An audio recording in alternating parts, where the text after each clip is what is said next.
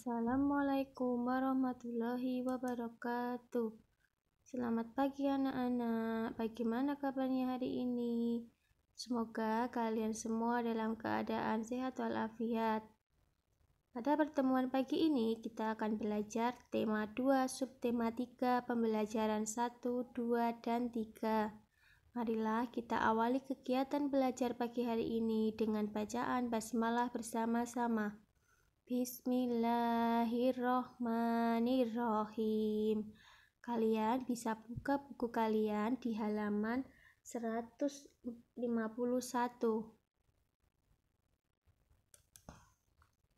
Pengertian wawancara. Pada pertemuan beberapa minggu yang lalu kita sudah belajar wawancara. Masih ingat ya?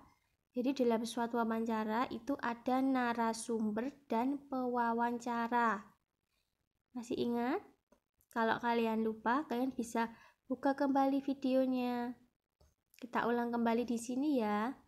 Wawancara adalah suatu cara mengumpulkan informasi dengan mengajukan pertanyaan kepada narasumber. Narasumber itu siapa? Narasumber itu orang yang memberi informasi. Dan satu lagi, kemarin ada pewawancara. Pewawancara itu siapa? Pewawancara itu orang yang melakukan tanya jawab atau orang yang melakukan wawancara.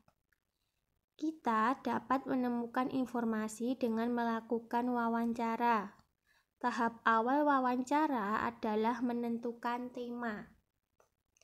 Tema adalah pokok bahasan dalam wawancara. Jadi sebelum kita melakukan wawancara, kita harus tahu dulu tema yang akan kita bahas nanti tentang apa. Misalnya tentang lingkungan. Setelah menentukan tema, kita baru menulis daftar pertanyaan yang akan kita ajukan. Kita bisa menggunakan kata tanya apa, di mana, kapan, siapa, mengapa, dan bagaimana. Setelah melakukan wawancara, hasil wawancara ditulis dengan kosakata yang baku dan kalimat efektif. Nah, kata tanya tadi ada kata tanya apa? Apa itu menanyakan hal atau peristiwa. Ada kata tanya di mana? Menanyakan tempat terjadinya peristiwa. Kata tanya kapan, menanyakan waktu terjadinya peristiwa. Kata tanya siapa, menanyakan orang yang terlibat dalam peristiwa.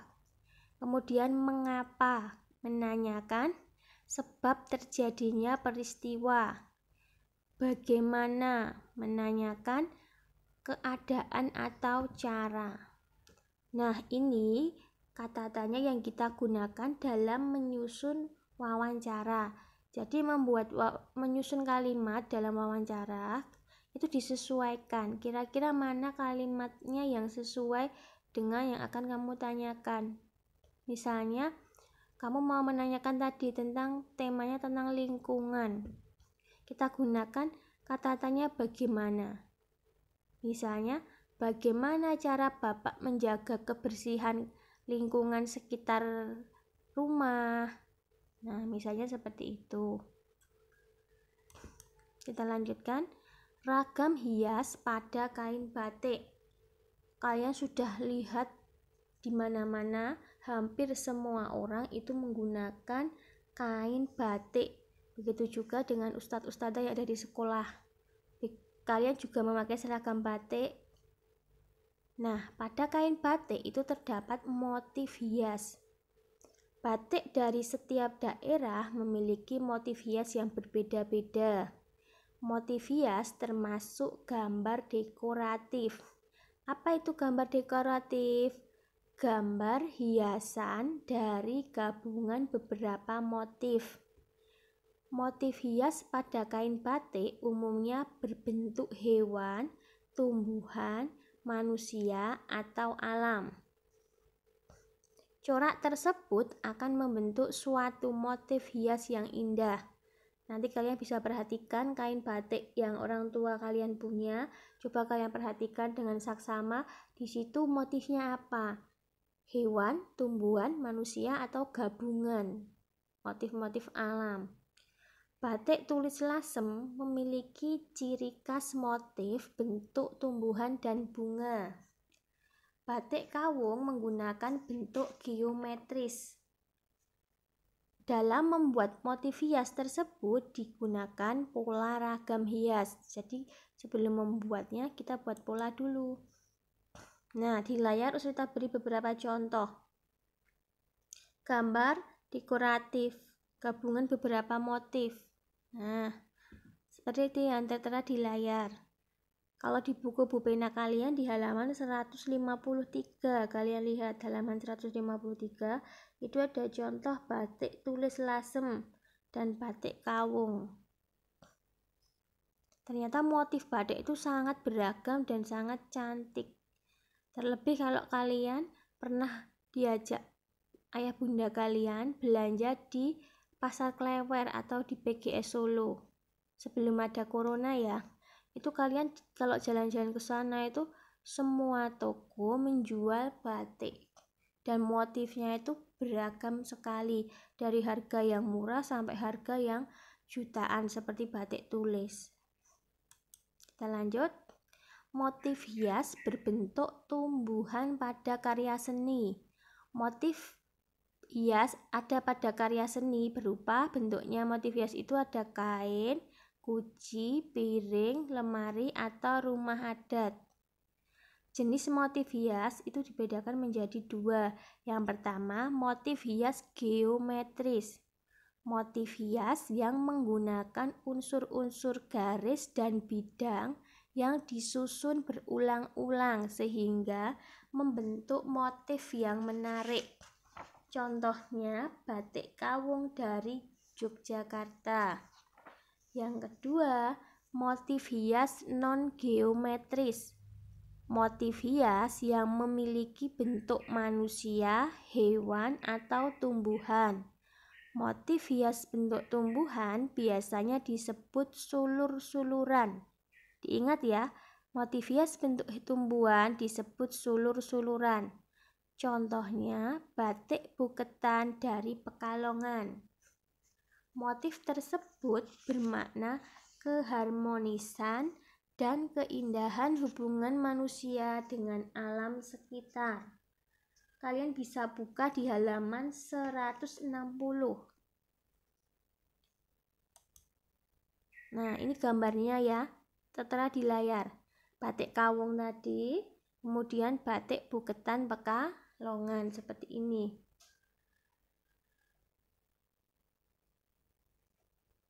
Jadi batik buketan itu ada gabungan dari tumbuhan dan hewan. Ini hewan, terus ada tumbuhannya. Terus untuk yang batik kawung tadi ada unsur garis, garisnya beraturan, jadi polanya sama, sehingga terlihat indah. Tugas dan peran anggota keluarga di rumah. Anggota keluarga di rumah biasanya terdiri dari ayah, ibu, dan anak. Setiap anggota keluarga memiliki peran dan tanggung jawab berbeda-beda. Semua peran dan tanggung jawab tersebut disesuaikan dengan kemampuan masing-masing. Selain memiliki kewajiban, setiap anggota keluarga juga memiliki hak. Ayah dan ibu memiliki hak untuk dihormati dan disayangi oleh anak-anaknya. Anak-anak juga memiliki hak untuk dipenuhi kebutuhannya seperti makan, kesehatan, pendidikan, dan keamanan. Hak dan kewajiban harus dilaksanakan dengan seimbang. Hak dan kewajiban itu yang didahulukan kewajiban dulu. Kalau kita sudah melaksanakan kewajiban, kita akan memperoleh hak kita. Lanjut ya, sekarang kita akan belajar berhitung. Muatan matematika. Menentukan posisi bilangan cacah pada garis bilangan. Kalian buka pulpena kalian di halaman 152. Bilangan cacah dapat ditulis dalam sebuah garis bilangan secara berurutan. Seperti di halaman 152 sudah terlihat ya, kalian buka. Di situ ada garis bilangan. Semakin ke kanan itu angkanya, bilangannya, nilainya semakin besar. Jadi semakin ke kanan semakin besar. Kenapa dalam membuat garis bilangan itu harus ada tanda panah kanan dan kiri? Itu artinya apa? Artinya garisnya itu bisa diperpanjang sampai tak berhingga. Diingat ya, garisnya bisa diperpanjang sampai tak berhingga. Semakin ke kanan, berarti ini bisa dilanjutkan, bisa 11, 12, 13, semakin besar nilainya. Tetapi semakin ke kiri, semakin kecil. Berarti di sini nanti apa, Di sini 0, negatif 1, negatif 2, negatif 3, dan seterusnya. Semakin ke kiri, semakin kecil. Sekarang coba kamu perhatikan. Ini angka berapa? 6. Ini angka 5. Kita lihat, 6 di sebelah kanan, 5 di sebelah kiri. Berarti besar yang mana? Besar 6. Tadi kan Usrita sudah bilang, di sebelah kanan nilainya lebih besar. Jadi 6 sama 5, besar 6. Karena 6 letaknya di sebelah kanan. Sudah jelas ya? Kalian bisa lihat halaman 152. Ayo berlatih yang A, kalian lihat. Di situ kita cuma disuruh mengurutkan soal yang A. 68, 69, 70, 71, 72, 73, 74, 75, 76, 77, 78, 79. Yang B, sekarang lihat yang B. Kita kerjakan di sebelah kanan dulu. Sebelah kanan angka 125. Lihat yang B. Sebelah kanan angka 125 itu berarti 126, 127, 128, 129, 130, 131. Sekarang kita jalan ke kiri. Sebelah kiri angka 125. Sebelah kiri lebih kecil, berarti dikurangi. Berarti sebelah kiri ya, kita mulai 124, 123, 122, 121, 120. Sudah? Sudah jelas ya, diingat ya, semakin ke kanan semakin besar.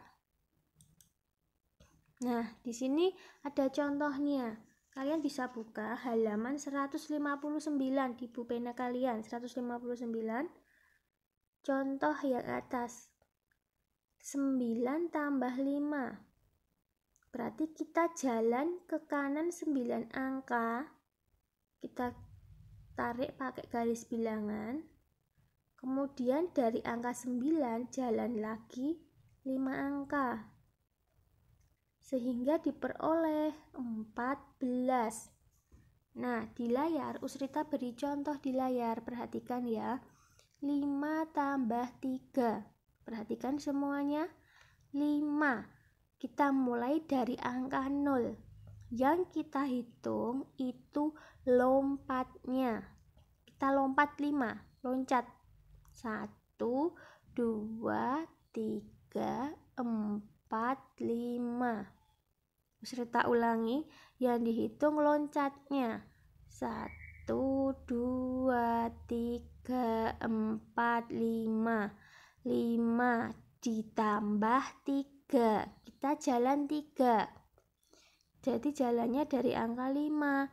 Kita lompat 3. 1, 2, 3. Kita tarik garis bilangan di atasnya lagi. Bisa ya? Tadi yang pertama 5. 5 kita tarik. 1, 2, 3, 4, 5. Kita tarik pakai warna merah. warna oranye ya itu ya. Terus kedua ditambah 3 berarti jalannya tidak dari 0 tapi dari angka 5. Kita hitung lompatnya 1, 2, 3, 8 sehingga diperoleh hasil 5 tambah 3 ketemunya 8 ya. Untuk yang ini tidak usah diperhatikan, ini salah, ini hanya orek-orekan tidak dipakai. Yang diperhatikan garis bilangannya saja. Kalau sudah ketemu kita tarik garis panjang, seret, kita tarik sehingga diperoleh 8. Sudah jelas ya? Jadi diingat, yang dihitung itu lompatannya, loncatannya. Kita mulai dari soal yang depan. Soal depan berarti mulai dari 0. Ya, sampai di sini pertemuan hari ini. Kurang lebihnya Usrita mohon maaf. Billahi taufiq wal hidayah. Assalamualaikum warahmatullahi wabarakatuh.